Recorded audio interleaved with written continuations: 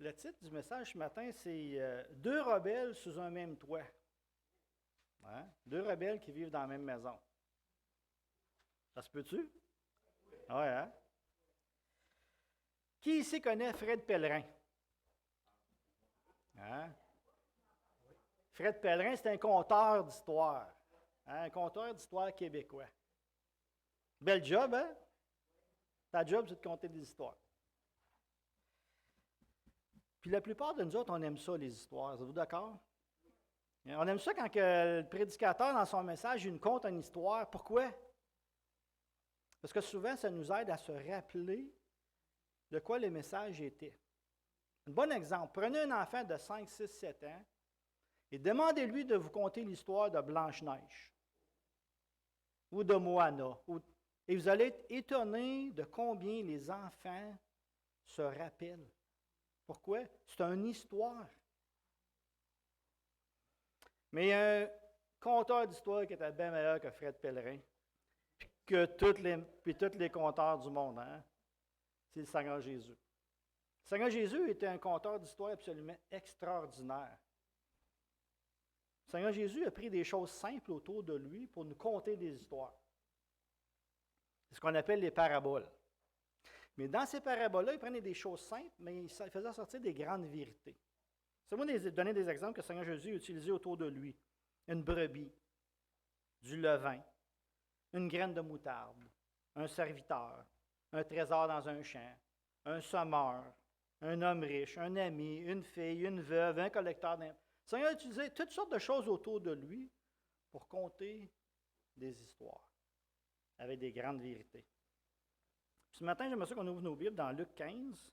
Pour regarder, je vous dirais probablement la parabole la plus connue du Seigneur Jésus. La parabole du Fils prodigue. Dans toutes ces paraboles, c'est probablement la plus connue et je vous dirais probablement la plus citée. On va lire Luc 15, de 11 à 32. Ce matin, on va regarder seulement une partie de la parabole. On va regarder seulement avec les deux fils. Et Dieu voulant, la semaine prochaine, on va regarder le Père. Mais ce matin, on va regarder juste les deux fils parce qu'il y a trop d'informations pour voir tout le texte dans seulement... À moins que vous l'étiez jusqu'à 1 heure, je ne pense pas. Donc, le Seigneur Jésus, il dit encore, un homme avait deux fils. Le plus jeune dit à son père, « Mon père, donne-moi la part de bien qui doit me revenir. » Et le père leur partagea son bien. Peu de jours après, le plus jeune fils, ayant tout ramassé, partit pour un pays éloigné, où il dissipa son bien en vivant dans la débauche. Lorsqu'il eut tout dépensé, une grande famine survint dans ce pays, et il commença à se trouver dans le besoin. Il alla se mettre au service d'un des habitants du pays qui l'envoya dans ses champs garder les pourceaux, ou les cochons. Il aurait bien voulu se rassasier des carouges que mangeaient les pourceaux, mais personne ne lui en donnait. Étant entré en lui-même, il dit, « Combien d'ouvriers chez mon père ont du pain en abondance, et moi ici, je meurs de faim. Je me lèverai, j'irai voir mon père, je lui dirai, « Mon père, j'ai péché contre le ciel et contre toi, je ne suis plus digne d'être appelé ton fils, traite-moi comme l'un de tes ouvriers. » Et il se leva et alla voir son père. Comme il était encore loin, son père le vit et fut ému de compassion. Et il courut se jeter à son cou et il l'embrassa. Le fils lui dit, « Mon père, j'ai péché contre le ciel et contre toi, je ne suis plus digne d'être appelé ton fils. » Mais le père dit à ses serviteurs, « Apportez vite la plus belle robe et revêtez-le. Mettez-lui un anneau au doigt et des souliers aux pieds. Amenez le veau gras et tuez-le. Mangeons et réjouissons-nous. Car mon fils que voici était mort, il est revenu à la vie, il était perdu, il est retrouvé. » Et ils commencèrent à se réjouir. Or, le fils aîné était dans les champs. Lorsqu'il revint et approcha de la maison, il entendit la musique et les danses. Il appela un de ses serviteurs et lui demanda qu'est-ce que c'était. Ses serviteurs lui dit, « Ton frère est de retour et ton père a tué le veau gras parce qu'il l'a trouvé en bonne santé. » Il se mit en colère et il ne voulut pas entrer. Son père sortit et le pria d'entrer. Mais il répondit à son père, « Voici, il y a tant d'années que je te sers sans avoir jamais transgressé tes ordres, et jamais tu me l'as donné un chevreau pour que je me réjouisse avec mes amis. Et quand ton fils est arrivé, celui qui a mangé ton bien avec des prostituées, c'est pour lui que tu as tué le veau gras? » « Mon enfant, lui dit le père, tu es toujours avec moi, et tout ce que j'ai est à toi. Mais il fallait bien s'égayer, se réjouir, parce que ton frère que voici était mort, il est revenu à la vie, et parce qu'il était perdu et qu'il est retrouvé. Belle parabole, hein? Puis, avant de regarder la parabole, j'aimerais faire trois choses. Premièrement, j'aimerais regarder le contexte. Dans quel contexte le Seigneur Jésus a dit cette parabole-là? Parce que Jésus ne disait jamais des paraboles pour rien. Il y avait toujours une raison. Dans quel but il a dit cette parabole-là? La deuxième chose, le contexte. Deuxième chose, excusez, le but. Pourquoi il l'a dit? Et troisième chose, les personnages. Parce qu'il y a trois personnes, puis j'aimerais qu'on regarde, parce qu'il y a trois personnes dans la parabole, puis ce n'est pas sans raison qu'il y a trois personnes. On va le voir. Donc, premièrement, le contexte. Premièrement, c'est à la fin du ministère du Seigneur Jésus. Parce que je ne sais pas si vous vous rappelez, on a regardé un bout de temps dans Luc 9, 51. Nous dit, Jésus prit la ferme de résolution de se rendre à Jérusalem. C'est à la fin de sa vie. Jésus a décidé de s'en aller à Jérusalem et de mourir à la croix. Et c'est vers la fin de sa vie que le Seigneur Jésus va conter cette histoire-là. Pourquoi c'est important? Parce que Jésus, au cours des 3 dernières années, s'est fait bien des ennemis. Et c'est ces ennemis qui ne sont pas contents ce matin. Et pourquoi le Seigneur Jésus s'est fait des ennemis? Bien, j'aimerais juste qu'on tourne dans Luc 11 pour vous donner un exemple. Pourquoi le Seigneur Jésus a beaucoup d'ennemis quand il compte cette parabole-là? Luc 11, verset 37. Pendant que Jésus parlait, un pharisien le pria de dîner chez lui et il entra à sa table. Le pharisien se mit avec étonnement qu'il ne s'était pas lavé les mains. Mais Seigneur Jésus vous dit, vous les pharisiens, vous nettoyez le dehors de la coupe et du plat, et l'intérieur, vous êtes pleins de rapine et de méchanceté. Insensé. Si quelqu'un t'invite chez vous, et tu le traites d'insensé, ça ne va pas bien. Hein? Insensé, celui qui a fait le dehors n'a-t-il pas fait le dedans? Donnez plutôt en aumône ce qui est au dedans, et voici, toutes choses seront pour vous. Malheur à vous, pharisiens, parce que vous payez la dîme de la menthe. Verset 43. Malheur à vous, pharisiens, parce que vous aimez les premiers sièges dans les synagogues et les salutations dans les places publiques. Malheur à vous, parce que vous êtes les sépulcres qui ne paraissent pas et sur lesquels on marche sans le savoir. Un des docteurs lui dit, Maître, en parlant de la sorte, c'est aussi de nous autres qui est en train d'outrager. Jésus lui dit, malheur à vous aussi, docteur de la loi, parce que vous chargez les hommes de fardeaux difficiles à porter et que vous ne touchez même pas l'un de vos doigts. Et il continue, malheur, malheur, malheur. Les gens, les dirigeants spirituels haïssaient le Seigneur Jésus. Pourquoi? Parce que le Seigneur Jésus, il a dit, vous êtes une gang d'hypocrites. Vous jouez à la religion, vous faites assemblant. Et Dieu n'aime pas ça. Et c'est important de comprendre le contexte. Pourquoi le Seigneur Jésus a dit cette parabole-là? Quel est le but de la parabole? Bien, la réponse est au verset 1 à 3 du chapitre 15. Tous les publicains et les gens de mauvaise vie s'approchaient de Jésus pour l'entendre. Les publicains, les gens de mauvaise vie, c'était les gens les plus mal vus. Et là, ils sont autour de Jésus. Regardez la réaction des pharisiens.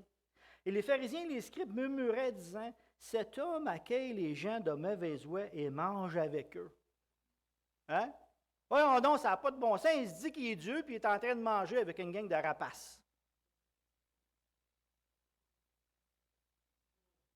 Mais Jésus leur dit cette parabole.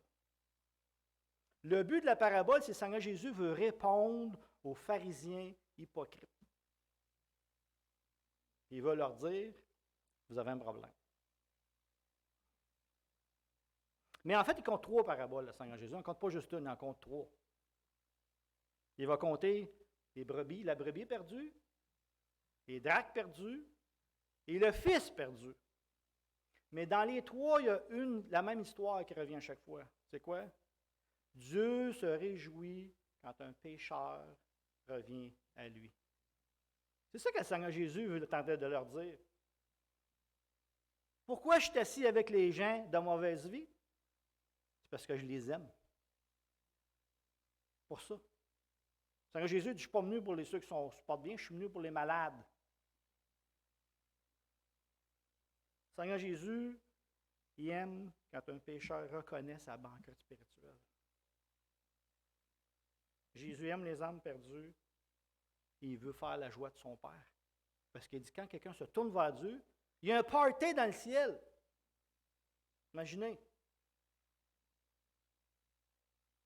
Jésus est avec eux parce qu'il les aime, il nous annonce la bonne nouvelle. Donc, le contexte, Jésus est entouré d'ennemis. Le but, il veut reprendre les pharisiens. Et pour le faire, il va leur conter l'histoire qu'on va regarder ensemble ce matin. La troisième chose, il y a 3 personnages dans la parabole. Merci. J'étais un peu plus nerveux ce matin parce que mes enfants sont là. Hein? On apprend des choses à nos enfants, puis là, quand ils sont vieux, mais là, c'est eux autres qui nous regardent. Hein? C'est un peu plus... Mais il y a 3 personnes. Il y a le fils prodigue, le père et le plus vieux. Et pourquoi le Seigneur Jésus utilise cette parabole-là? C'est parce que les 3 sont là quand Jésus leur parle. Le fils prodigue, c'est qui? C'est les prostituées. C'est les gens de mauvaise vie qui sont là. Le Père, c'est qui? C'est Dieu, le Seigneur Jésus. Et le fils, le dernier fils, le bon petit gars, c'est qui? C'est les pharisiens. Le Seigneur Jésus ne compte pas cette histoire-là par hasard. Il a choisi la parabole pour dire, ce que je vais vous conter, là, c'est ce qui se passe ce matin. Le fils rebelle est là, le bon petit gars est là, et le père est là. Et voici ce que j'ai à vous dire. Mais le problème avec les pharisiens, ce n'était pas leur sainteté, vous êtes d'accord? Hein? Dieu a dit, vous serez saints car je suis saint. Donc le problème avec les pharisiens, ce n'était pas qu'ils étaient saints, c'était leur hypocrisie que le Seigneur Jésus avait de la misère avec. La sainteté du bien paraître. Le Seigneur Jésus n'aime pas ça. Puis aussi, j'aimerais ouvrir une parenthèse pour dire que les pharisiens dans cette parabole-là sont un bel exemple que de connaître la Bible, aller à l'Église, être religieux, ça ne sauve pas personne. C'est le meilleur exemple. Ils connaissaient l'Ancien Testament par cœur, la plupart des pharisiens. Ils travaillaient toute la journée, ils mangeaient, puis après ça, ils allaient étudier toute la soirée. Ils pouvaient réciter l'Ancien Testament par cœur. Le Seigneur Jésus dit, « Malheur à vous autres, gang d'hypocrites. » Ils semblaient parfaits de l'extérieur, mais le Seigneur Jésus dit, vous êtes comme des sépulcres blanchis. En dedans, c'est pas beau à voir. Donc, on a vu le contexte, le but, les personnages. Là, on va aller dans la parabole elle-même. Et comme j'ai dit ce matin, on va regarder seulement avec les 2 fils, parce qu'il y a trop de stock pour voir ce que le père va faire, ou c'est la réaction de son père. Mais avant de commencer, j'aimerais dire une chose. Le personnage principal dans la parabole n'est pas le fils prodigue. Êtes-vous surpris? C'est Dieu. C'est le Père qui est le fils, qui est le personnage principal. Pourquoi? Parce que partout où il y a une histoire où Dieu est là, il est toujours la personne principale dans l'histoire. Donc, ce que le Seigneur Jésus est en train de parler, il n'est pas en train de parler du fils prodigue. Il va parler de la bonté du Père envers le fils prodigue. Ça, c'est important à retenir. Ce n'est pas à propos du fils, c'est à propos du Père. Et c'est pour ça que dans le 2e message, le titre du message va être « Le Père aimant ». Et je pense que c'est ça qui aurait dû être vraiment le titre. Ce n'est pas à propos du fils prodigue, c'est à propos du Père qui est tellement gracieux envers un fils qui... Et on va voir ce qu'il a fait là, c'est grave, très grave. Pas pour nous, mais dans le temps, ça l'était. Donc, on va voir 4 grandes vérités. La première grande vérité, c'est « S'éloigner du Seigneur nous éloigne de la bénédiction ». Premièrement, regardez au verset 12, une demande arrogante. Il dit, le plus jeune dit à son père, « Mon père, donne-moi la part de bien qui doit me revenir. » Ça, savez-vous ce que ça veut dire? J'aimerais que tu seras mort pour avoir mon cash. En québécois, c'est ça qu'il est en train de dire. J'aimerais avoir la part de mon héritage tout de suite. Malheureusement, tu n'es pas mort. Je veux avoir ma part d'héritage. Et ça, c'est très grave. C'est à la pure rébellion. Deutéronome 21 nous dit que ce fils-là aurait dû être maudit par son père. Parce qu'il n'a pas honoré son père, surtout devant tout le village. Ça ne se fait pas. Et en plus, il décide de faire une grosse vente de garage. Regardez le verset 13. Peu de jours après, le jeune homme ayant tout ramassé, partit pour un pays éloigné. Vous dites où si tu vois ça? Bien, il faut comprendre qu'un héritage dans ce temps-là, là, c'était pas en argent, c'était en bien. Ça veut dire que si le jeune homme est parti quelques jours après, ça faisait longtemps qu'il pensait à son affaire, puis pour avoir de l'argent pour partir dans ses poches, il a tout vendu à prix réduit. Il a fait une grosse vente de garage sur le bord du chemin, à vendre pour pas cher. Parce que lui, il voulait avoir son argent, puis il voulait l'avoir tout de suite. Il fait une grosse vente de garage, parce que pourquoi? Il dit, je veux être libre. Je ne veux plus faire partie de cette famille ici. Je veux m'en aller, je veux vivre. Il abandonne son père, sa famille, son village, pour l'amour des plaisirs du monde. Dans la tradition juive, c'est une grande déshonorance qui devrait normalement être suivie d'une condamnation sévère et même probablement de la mort dans le temps. Un enfant qui agissait comme ça, c'est ce qu'on aurait dû faire. Puis là, le Seigneur Jésus en rajoute. Non seulement qu'il a demandé ça à son père, il prend l'argent, il fait une grosse vente de garage, puis là, il s'en va. Puis là, il dissipe tout son bien où? Dans la débauche. Puis le mot disperser ici a le sens d'un fumier, un fermier qui lance ses grains par hasard un peu partout. Il a garoché son argent à droite, à gauche avec les chums, la bière, le sexe, les femmes, let's go. Pas grave. Son père a travaillé durant des années, puis lui, il s'en va, puis il flotte tout ça pour le fun avec ses amis. Les pharisiens qui écoutent ça doivent se dire, mon ami, ça n'a pas de bon sens, c'est qui c'est ça, ce jeune-là? Mettez-vous dans le contexte, le Seigneur Jésus est en train de compter ça à des pharisiens, là.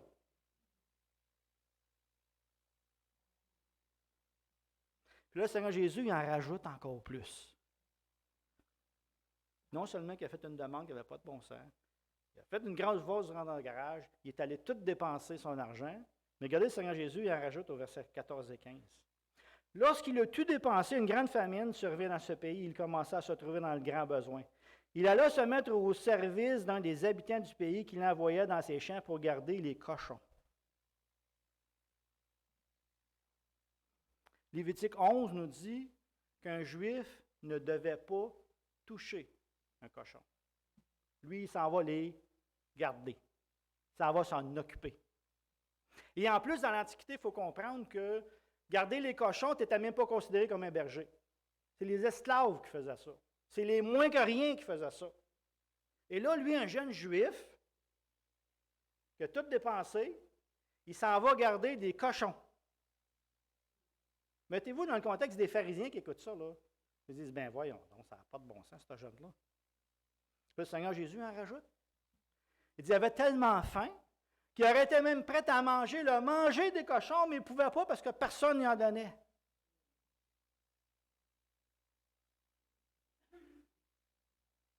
Voyons donc, ça n'a pas de bon sens. Vous direz probablement que rendus là, les pharisiens étaient probablement prêts à se dire, hey, tirez-les, ce jeune-là, faites quelque chose, pendez-les. Je suis certain qu'ils étaient prêts à vomir. Parce que ça n'avait pas de bon sens. Le Seigneur Jésus dit, un homme avait ça, puis que son fils, il a fait ça à son père. Voyons donc, tu ne peux pas aller plus bas que ça, là, ça n'a pas de bon sens.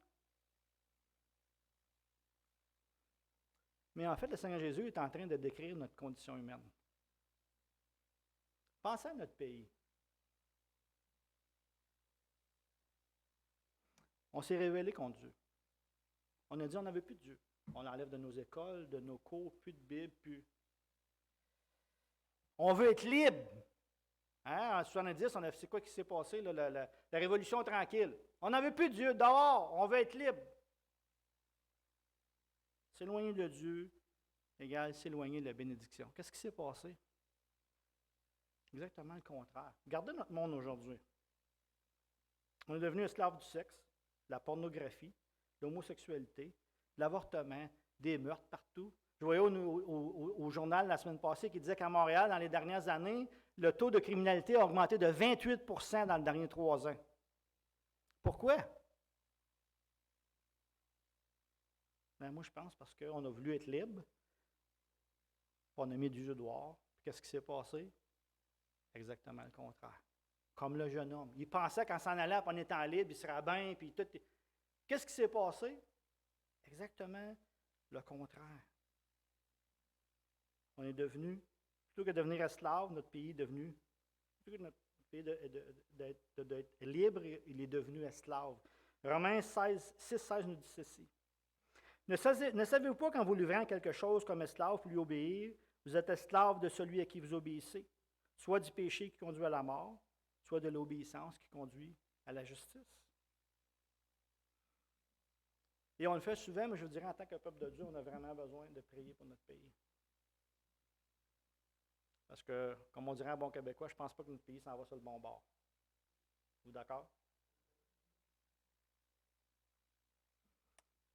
On va vous lire un texte dans Ézéchiel.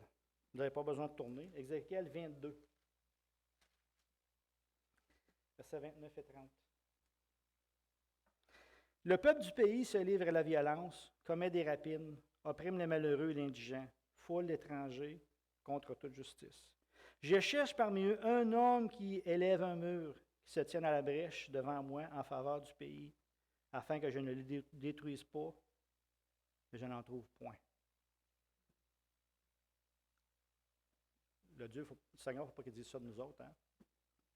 J'aimerais que des gens se tiennent debout devant Dieu pour le pays, puis j'en trouve pas. On peut se prier pour notre pays. La deuxième chose, la rébellion peut nous emmener loin de Dieu, mais jamais trop loin. Regardez au verset 17. Après que tout dépensé, il est avec les cochons. Était entré en lui-même, il dit, « Combien d'ouvriers chez mon père ont du pain en abondance, et moi ici, je meurs de faim. Je me lèverai, j'irai vers mon père, je lui dirai, mon père, j'ai péché contre le ciel et contre toi. » Il était entré en lui-même. Et je vous dirais, dans un sens, c'est la première fois dans la parabole qu'on dirait que le jeune homme fait du sens. Vous êtes d'accord? Hein? Il se mit à réfléchir sur sa situation. Comme on a dit tantôt. Arrêtez et sachez que je suis Dieu. C'est important de faire ça, même en tant qu'enfant de Dieu. Où on est, où est-ce qu'on est rendu? Et il est allé loin, le jeune homme. Il est allé très loin, mais pas trop loin. Et on va le voir la semaine prochaine. La troisième vérité, la repentance est le seul chemin du retour vers le Seigneur Jésus. C'est la repentance. Regardez le verset 18 et 19. Je me lèverai, j'irai vers mon père, je lui dirai, mon père, j'ai péché contre le ciel et contre toi, je ne suis plus digne d'être appelé ton fils.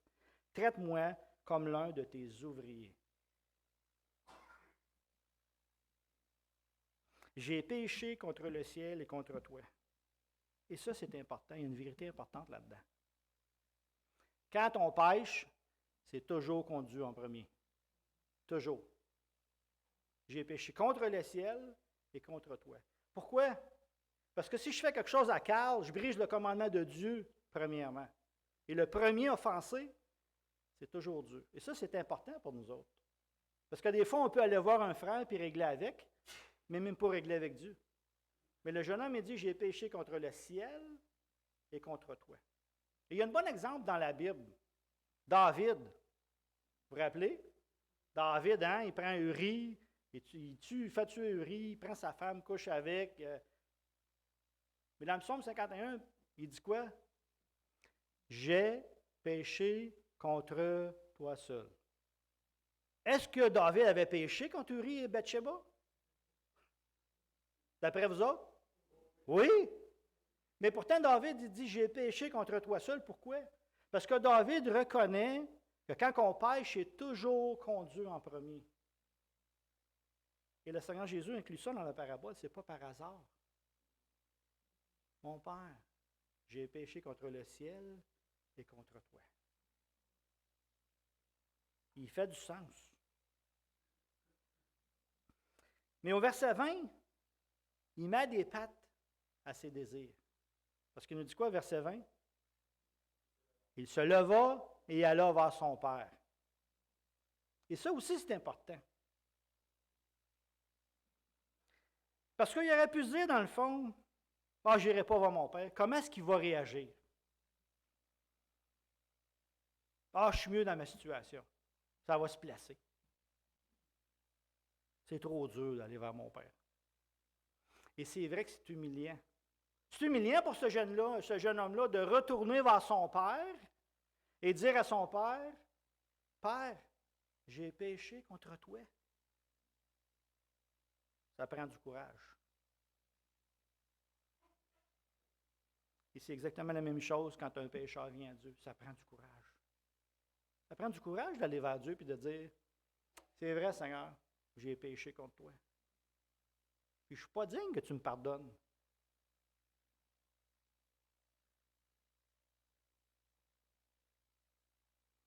Donc, ça, c'est le premier fils. Le deuxième fils, lui, il n'a pas rien dit encore. Et c'est la quatrième vérité dans le passage. Un amour sans obéissance ne plaît pas au Seigneur. Et c'est ça que le Seigneur Jésus va dire aux pharisiens.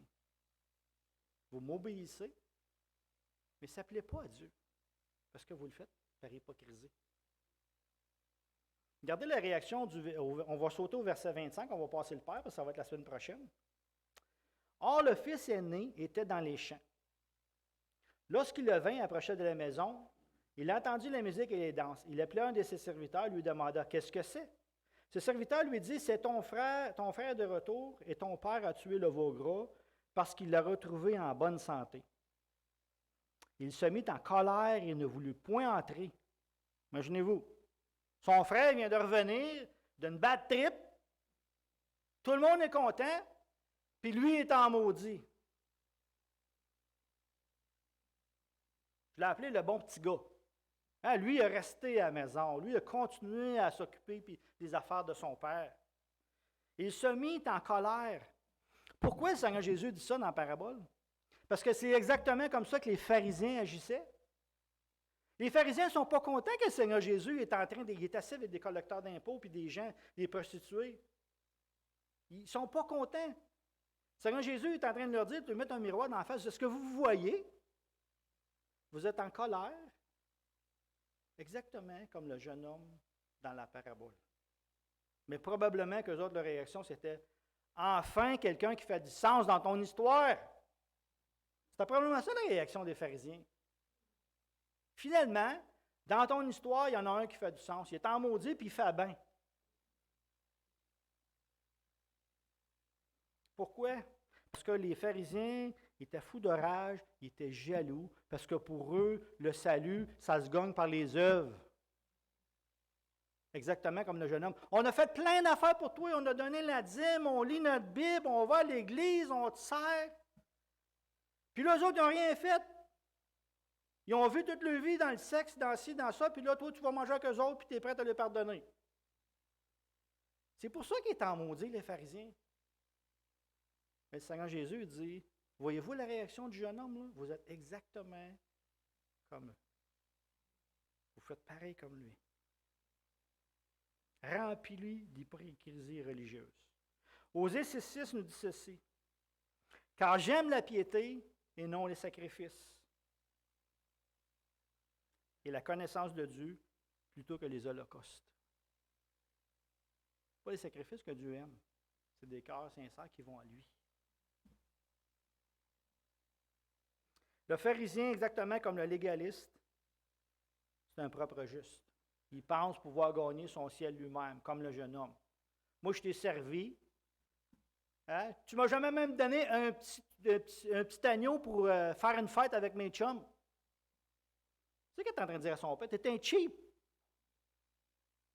Il pense pouvoir gagner la faveur de son père parce qu'il a fait des bonnes choses. Mais Dieu ne marche pas de même. Savez-vous, le deuxième fils, il n'est pas meilleur que le premier. Il est aussi rebelle que le premier. La seule différence, il est plus hypocrite. Il n'est pas mieux. Il n'aime pas plus son père. Et regardez jusqu'où il pousse l'arrogance. Je ne sais pas si vous avez remarqué, mais c'est son frère qui revient à la maison, vous êtes d'accord? Regardez ce qu'il dit au verset 30. Et quand ton fils est arrivé, il n'est même pas capable de dire quand mon frère, quand ton fils, c'est arrogant, hein? Même pas capable de se réjouir que son frère revienne, il dit à son père, ton fils est revenu. C'est exactement comme ça que les pharisiens voyaient les collecteurs d'impôts, les prostituées. Avec moi dans Luc 18, juste un petit peu plus loin. Luc 18, versets 9 à 14.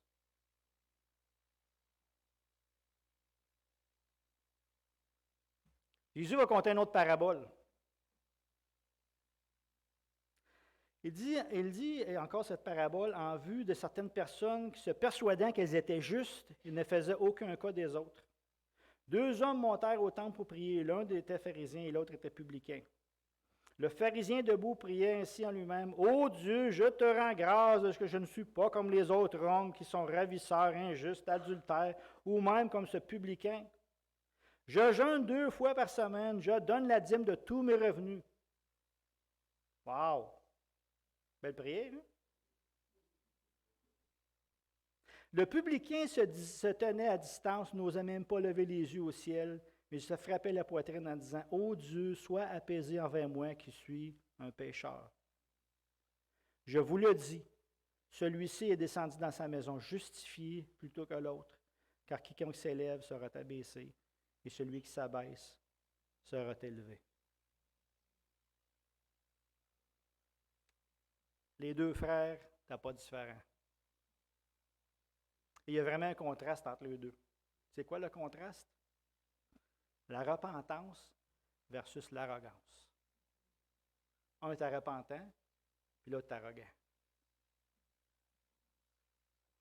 Et je vous dirais qu'un avertissement pour nous, en tant que peuple de Dieu. Parce que c'est facile de regarder les gens de haut. En tant que chrétien, des fois, on peut se dire, « Ah, bien, les gens, ils font des affaires. »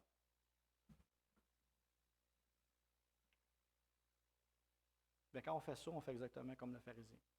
Le Seigneur Jésus, qui était saint, ne faisait même pas ça. Il faut faire attention de ne pas regarder le monde comme étant « Yark! » Puis nous, on est.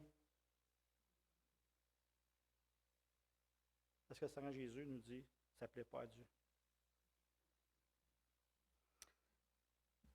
Donc, en conclusion, le Seigneur Jésus aime les pécheurs qui reviennent à la maison repentants, et cela, ça va même jusqu'à réjouir le cœur de Dieu. Donc, j'aimerais faire 4 applications rapidement. La première, ce matin, tu es peut-être comme le fils prodigue. Peut-être que tu ne connais pas Dieu. Mais tu peux te tourner vers Dieu. Des fois, tu peux dire, j'ai fait des affaires tellement graves dans ma vie, Dieu ne me pardonnera jamais. Bien, regardez l'histoire que Saint Jésus il a conté ce matin. C'était grave. Pour nous, non. Mais dans le contexte, c'était très grave. Il aurait dû être mis à mort, ce jeune-là. Mais pourtant, son père, on va le voir la semaine prochaine, l'a pardonné. Ou peut-être tu es un enfant de Dieu ce matin, mais tu es loin de Dieu. Tu viens à l'Église, tu lis ta Bible une fois de temps en temps. La Bible, la vie chrétienne, c'est un petit peu comme une religion. Le Seigneur Jésus dit, reviens à la maison. Reviens à la maison.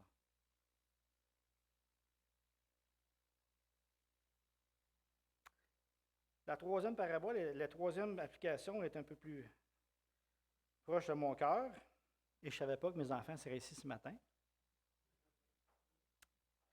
Mais c'est peut-être que plusieurs de nos enfants ne connaissent pas le Seigneur. ou ne suivent pas Dieu. Et ça attriste nos cœurs. Mais cette parabole-là me donne l'espoir. Le fils prodigue est revenu à la maison.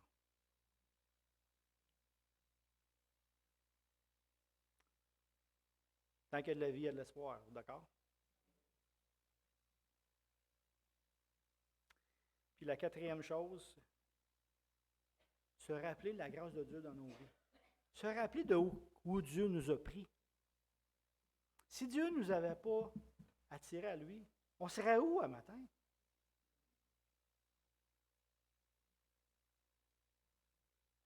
Les pharisiens avaient oublié la grâce de Dieu. Ils avaient oublié ça. La bonté de Dieu envers le peuple d'Israël pendant toutes ces années. Ils ont voulu jouer avec la carte de la religion. Soyons gracieux envers le Seigneur, comme le Seigneur Jésus a été gracieux. S'il y a une personne qui aurait pu lancer la roche à la prostituée, c'est qui? Oh, une chance, ne m'avait pas dit Marie, j'ai eu peur. Le Seigneur Jésus, mais pourtant, il ne l'a pas lancé. Qu'on puisse être gracieux, comme le Seigneur Jésus est gracieux. Puis la semaine prochaine, je voulais, on va regarder la réaction du Père. Et vous allez voir que la réaction du Père n'était pas la réaction que les pharisiens s'attendaient. Parce que pour les pharisiens, ce que le jeune fils a fait, mais on va voir jusqu'où le Père est allé. Il n'a pas juste dit à son père, à son fils, ah, ben rentre à la maison, puis assieds-toi dans le coin, là, puis reste tranquille. On va voir jusqu'où le Père est allé. Vous allez voir, le Père a fait beaucoup de choses. On ne connaît pas le contexte, mais quand on commence à regarder le contexte, comment son Père est allé vers lui, ce qu'il lui a donné, c'est vraiment wow. Qu'on va prier. Seigneur, merci pour ta parole. Merci parce que tu es un Dieu, Seigneur, de grâce, un Dieu qui se révèle, un Dieu qui est patient envers nous autres. Seigneur, combien souvent je m'enferme, je tombe. Et merci parce que tu es toujours là pour me relever. Merci pour ta grâce, ton salut. Merci parce que tu as donné, Seigneur, ce qu'il y avait de meilleur dans le ciel. Que je puisse être réconcilié avec toi. Bénis ce temps, bénis cette journée. Dans le nom de Jésus. Amen. Conrad, j'imagine? Non, monsieur.